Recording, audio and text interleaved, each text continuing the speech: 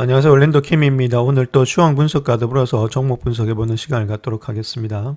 자, 먼저 오늘 시장을 한번 보겠습니다. 다우 같은 경우에 있어서도 많이 상승이 됐죠. 자, 아침장에서는 아무래도 엔비디아가 좀 조정받았기 때문에 하락을 했다가 장막판으로 갈수록 계속해서 매수세가 들어오면서 주가는 상승이 되었다. 이렇게 보시면 되겠고, S&P 500 같은 경우에는 또 신고가를 나타내면서 6,500을 넘어섰다. 이렇게 보시면 되겠죠. 러셀은 약간 좀 힘이 없었습니다. 자, 올라갔다가 좀 막판에 꺾이는 모양이 있었다. 자, 이런 식으로 말씀을 드리겠습니다. 자, 오늘 맵을 한번 보시게 되면 큰 폭의 상승이라든지 하락은 없었는데 빅테크 중심으로 본다면 아무래도 주가 자체가 좀 혼조소에 있었다 이렇게 보시면 되겠죠. 구글이라든지 메타 이런 것들 광고 쪽에 좀 상승이 있었고, 자, 그 다음에 엔비디아가 좀 하락하니까 브로드컴이 조금은 상승이 반사적으로 이익이 나타났다. 그 다음 소프트웨어 쪽으로는 상당히 좀 좋은 모양이 있었다. 이렇게 보시면 되겠죠. 자, 그런 모양이 있었고, 나머지 종목들은 거의 왔다 갔다 하는 그런 혼조세가 되고 있었다. 자, 아무래도 밸류에이션에 약간의 조정은 필요한데, 이런 것들 기술주가 앞서서 나아가고 있다. 아직까지도 달리고 있다. 이렇게 보시면 되겠습니다. 자, S&P 500의 일봉 차트 한번 보시게 되면 21선 있죠. 자, 요거 위로, 그 다음에 또 51선 위로 계속해서 정별되면서 주가가 그 위에서 쌍바닥이 나는 그런 개념이 있죠. 즉 말해서 51선이라는 그런 장기 이평선 안에서 중기 이평선 정도 되겠죠. 거기서 10일 이평선인지 20일 이평선이 계속해서 올라가는 그런 모양이 있습니다. 자, 그 정도로 일단은 장이 강하다는 뜻이 되고 있죠. 주가는 계속해서 상승이 될 수 있는데, 자, 그럼에도 불구하고 좀 조심을 해야 되는 이유는, 자, 아무래도 월봉으로 본다면은 주가가 많이 일단 연속으로 한 5개월 연속 상승이라든지 4개월 연속 상승했습니다. 자, 그런 가운데이기 때문에 약간의 조정이 있는다 하더라도 그 조정 자체를 무수하지 마시고, 자, 어느 정도 일단 우리가 받아들여야 된다 이렇게 보시면 되겠죠. 9월 달에 만약에 조정이 있다면 뭐 조정 없이도 갈 수 있는데, 자, 그런 모양이 있다는 겁니다. 그래서 여기서부터 주가가 하락해서 끝난다 그 뜻이 아니라 많이 올라왔기 때문에 약간의 조정은 있기 때문에 그런 조정을 두려워해서는 안 된다 그 뜻입니다. 자, 그 다음에 다시금 갈 수가 있다 그 뜻이 되겠죠. 그래서 주가는 달릴 수 있는데 조정은 조금 올 수 있으니까 좀 조심을 하자. 자, 그 개념이 9월달 개념이다 이렇게 말씀을 드립니다. 자, 다음 다우지수 한번 보겠습니다. 다우지수도 직전 고점을 돌파하면서 올라가고 있죠. 자, 그런 가운데 있다면 상당히 강하고 있고 21선 일단 계속해서 지지받으면서 올라가는 모양이 있다. 주가 자체가 그렇게 큰 폭으로 바로 내려온다 이렇게 보기는 힘든 모양이 있습니다. 조정이 있는다 할지라도 그 조정의 깊이가 그렇게 깊진 않을 것으로 보여지고 있다. 이렇게 말씀을 드릴 수 있겠고, 자, 나스닥도 마찬가지죠. 직전 고점까지 다시금 올라오고, 자, 요거 자체가 다시금 돌파된다면 강돌파가 일어난다면 주가 자체는 조금 더 상승의 추세가 더 많이 일어날 수가 있다 이렇게 보시면 되고, 100은 조금은 아직까지 직조에 지금 이제 직전 고점까지는 안 와 있는 상태 있죠. 자, 그런 가운데 때문에 나스닥은 이렇게 올라가고 있는데 나스닥 100이 조금은 주춤거린다는 것은 아무래도 밸류에이션에 약간의 부담은 있다. 저 그런 식으로 말씀을 드립니다. 자, 르셀은 계속해서 상승이 되고 있는데 좀 부담은 있는데 아무래도 따라 올라가는 그런 입장이 있으니까 아무래도 르셀이 조금 더 금리나 이런 것들이 영향을 받아서 달리지 않겠나 그렇게 보여집니다.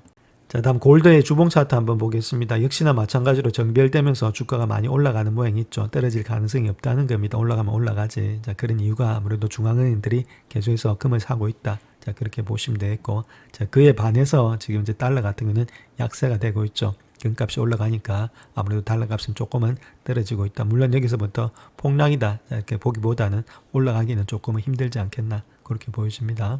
자, 요번에 GDP가 일단 나왔는데 3.3%로서 예측치 3%보다도 상당히 좋게 나왔죠. 저번에 마이너스 0.5%인데 요번에 상당히 좋게 나왔던 그런 모양이 있습니다. 자, 그렇다면 관세로 인해서 자, 아무래도 이렇게 지금 이제 GDP에 좀 타격을 주지는 않고 있다. 이렇게 보시면 되는데 아무래도 이런 것들은 좀 10월달, 11월달 좀 뒤로 가면 갈수록 인플레이션이 어떻게 반영이 되고 있는지 그런 것들 보는 것이 훨씬 더 중요하겠죠. 그래서 민간 소비가 조금 회복되면서 내수 중심의 성장세를 견인했다. 이렇게 말하고 있고 특별히 서비스 소비가 좀 강세를 보였기 때문에 이런 식으로 많이 늘어나지 않았나. 자, 그렇게 보여지고 있고 수입이 크게 줄면서 순수출의 기여도가 상승했다는 것들. 그래서 GDP의 계산상에 긍정적인 효과를 줬다. 이런 것들도 있습니다. 정말에서 수입이 크게 줄었기 때문에 아무래도 순수출이 많이 느니까 GDP가 상승했지 않았나. 그렇게 보여지고 있고 소비 플러스 민간 고정 투자가 1.9% 증가되면서 속보친 1.2%보다는 상향 조정됐다는 것들. 그 다음에 개인 소비 지출의 물가지수가 2%의 상승에 그치면서 인플레이션 운유가 좀 완화됐다는 것들. 이런 것들을 좀 시간을 지켜봐야 될 때다. 그래서 그런 식으로 인해서 좀 좋게 나왔다. 이렇게 말씀을 드립니다.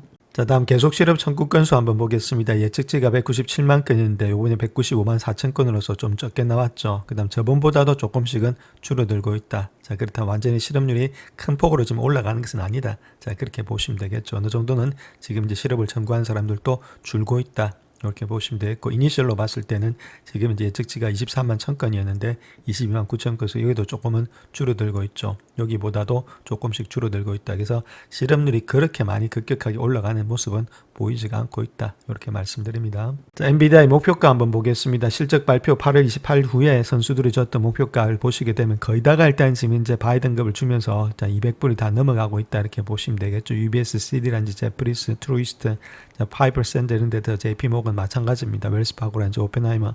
자, 거의 다가 바이든급을 주고 있다. 이렇게 보시면 되겠고, 그렇기 때문에 그렇다면 이런 사람들이 왜 이렇게 주는지 우리가 계속해서 한번 알아봐야 되겠죠. 그래서 한 사람인 D.A. 데이비슨 같은 경우는 홀더를 주면서 가격을 올렸죠. 195불로 주고 있고 나머지는 거의 다가 200불이 넘게끔 주고 있는 것이 현재 모습 속에 있었다. 이렇게 말씀을 먼저 드립니다. 자, 그렇다면 목표가 상승의 주요한 원인들을 한번 보시게 되면 한 4가지 정도로 볼 수가 있는데, 첫 번째가 AI 인프라의 투자가 확대되고 있다는 거죠. 글로벌적으로 봤을 때 소브린 AI, 즉 국가 단위의 AI 인프라의 수요가 급증되고 있다는 것들. 그래서 연간 20조 달러 규모의 AI 투자 전망이 기관들의 장기 성장의 기대를 자극하고 있다는 것들. 두 번째는 차세대 칩의 수요가 폭발하고 있다는 것들. 블랙웰 시리즈가 AI의 가속기와 HBM의 3E의 탑재 칩의 수요로 인해서 급증하고 있다는 것들. 또한 2026년도에 출시 예정인 루빈에 있어서도 기대감이 많이 반영되고 있다. 여기는 HBM4가 적용이 되겠죠. 그 다음 강력한 가이던스가 제시되고 있다는 것은 예상치를 크게 상회하면서 성장이 지속 가능하다는 것들. 자, 그 다음 AI 시장에 독점적인 지위가 있는데 GPU 기반의 시장에서 점유율이 압도적이다. 쿠다 생태계 확장도 긍정적이다. 자, 이런 것들이 아무래도 목표가 상승의 주된 요인이 되지 않겠나 그렇게 보여지고 있습니다. 자, 그래서 월가의 생각들을 한번 보시게 되면 주가가 하락했던 이유는 전반적인 기대치는 상회를 했는데 데이터 사업에 대한 기대치는 미치지 못했고, 분기 전망과 관련해서는 아무래도 충족할 만큼의 성장의 잠재력을 보여주지 못했다. 그럼에도 주가가 올라갈 수 있는 이유는 자, 계속해서 높은 실적을 기록하고 있기 때문에 전 분기 대비 성장세가 가속화될 것으로 보여지고 있다. 물론 과거보다는 높지는 않다. 이렇게 말을 하고 있고, 또한 H20의 중국의 판매가 예상분에 일단 기여분에 포함이 되지 않았죠. 자, 그래서 이런 것들을 다시 판매할 수 있다면 적어도 한 540억 달러의 매출의 전망치가 상향 조정되지 않겠나. 자, 그런 식으로도 이야기를 하고 있습니다. 자, 그 다음 또 하나 봐야 될 것이 엔비디아가 고객 집중도가 상당히 높아지고 있는 건데, 이런 것들은 좋은 건지 아니면 나쁜 건지 그 이야기를 하고 있습니다. 그래서 2분기 때에 467억 달러의 매출을 보고했는데 그 중에 411억 달러가 데이터 사업에서 발생됐다는 거죠. 근데 그 중에서도 단 9곳에서 182억 달러가 기여가 됐다는 겁니다. 한 44%가 한 2곳에서 나왔다는 거죠. 저번보다도 34%보다도 증가한 수치다. 좀 고객의 다각화는 좀 필요하지 않겠는가. 마소하고 지금 현재 아무래도 메타 쪽인데 이쪽에서 만약에 없애버리면은 상당히 치명적인 타격이 입을 수도 있다. 그래서 조금은 다각화는 필요할 때다. 저렇게 보시면 되겠고, 그 다음에 또 주변의 소음을 무시하고 큰 그림에 집중하자. 자, 이렇게 말하는 것이 뱅크 오브 아메리카인데, 결론적으로 본다면 가장 빠르게 성장하고 매력적인 글로벌 AI 인프라의 구축 시장에서 80% 이상의 점유율을 유지할 수 있는 탄탄한 입지를 가지고 있다. 또한 45%가 넘는 잉여 현금 흐름의 마진이 아무래도 핵심 자산이다.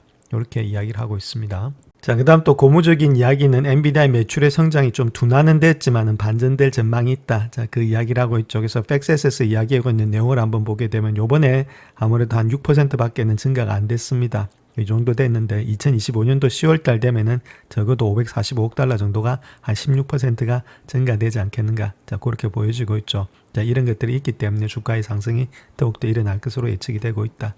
그런 식으로 이야기를 하고 있습니다. 자, 그 다음 또 만약에 중국의 상황이 해결되게 되면은 추정치가 얼마나 상승할 수 있을지, 자, 그 이야기를 하고 있는데, 자, 아무래도 이 상황 자체, 중국의 상황은 결국은 해결될 것이다. 자, 이렇게 말을 하고 있고, 그래서 엔비디아의 추정치가 회사의 기회를 갖다가 크게 과소평가하고 있다. 이렇게 말을 하고 있죠. 그래서 2028년도 회계연도까지는 회사의 추정치가 15%가 더 상승할 수 있다. 자, 이렇게 전망도 하고 있습니다. 자, 그 다음 또 데나이버스가 이야기하고 있는 내용이 있는데, 돌파구가 있다. 자, 이렇게 말을 하고 있는데, 자, 그거 자체는 아무래도 다른 것보다는 네트워킹의 매출이 전 분기 대비해서 23억 달러가 증가했다는 겁니다. 그래서 장기적으로 AI 네트워킹의 성장이 실리콘 매출의 증가를 반영할 것으로 예상이 되고 있고, 단기적으로는 AI의 워크로드가 템 시장에서 더 큰 비중을 차지할 수 있는 기회를 보여줄 것으로 판단이 되고 있다. 자, 그로 인해서 엔비디아의 데이터 사업에 더욱더 아무래도 강화되지 않겠는가. 자, 그런 식으로 이야기하고 있습니다. 자, 그 다음 윌리엄 브레어들이 이야기하고 있는 내용을 한번 보시게 되면은, 자, 렉스케일의 아키텍처라든지 강력한 공급망, 쿠다의 소프트웨어 시스템을 바탕으로 인해서 AI 분야에서 우위가 계속해서 유지될 것으로 전망이 되고 있다. 이렇게 말하고 있고, 2020년도 그 이후에도 강력한 매출과 수익의 성장을 유지하지 않겠는가. 자, 그렇게 말하고 있죠. 그래서 장기 거래에서 약간의 하락한 것을 지적하면서 약세는 매수자가 돼야 된다. 자, 그렇게 이야기를 하고 있습니다.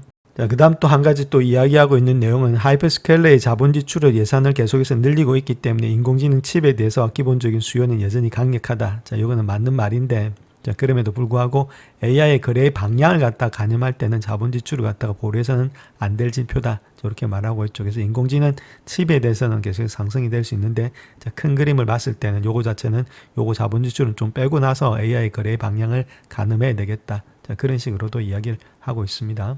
자, 그래서 젠슨 왕이 이야기했던 내용을 본다면 이제 시작이다 이렇게 말을 하고 있죠. 자, 그렇다면은 지금 팹리스에서 그렇게 이야기하고 있다면 실질적으로 공장에서 만들어내고 있는 TSMC는 어떤 과정을 겪고 있는지, 자, 이쪽에도 생산량이 많고 물량이 많다면은 당연히 들어갈 수가 있겠죠.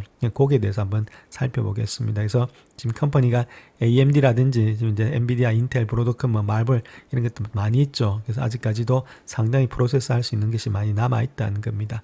즉 2025년도 말까지는 대만 공장에서 월에 한 4만 5천에서 5만 개의 웨이퍼를 생산하는데 2026년도 가서는 월 10만 개 이상으로 확장될 것으로 예상이 되고 있다는 거겠죠. 더 많이 늘어난다는 겁니다. 그것이 2배 이상이 늘어나겠다.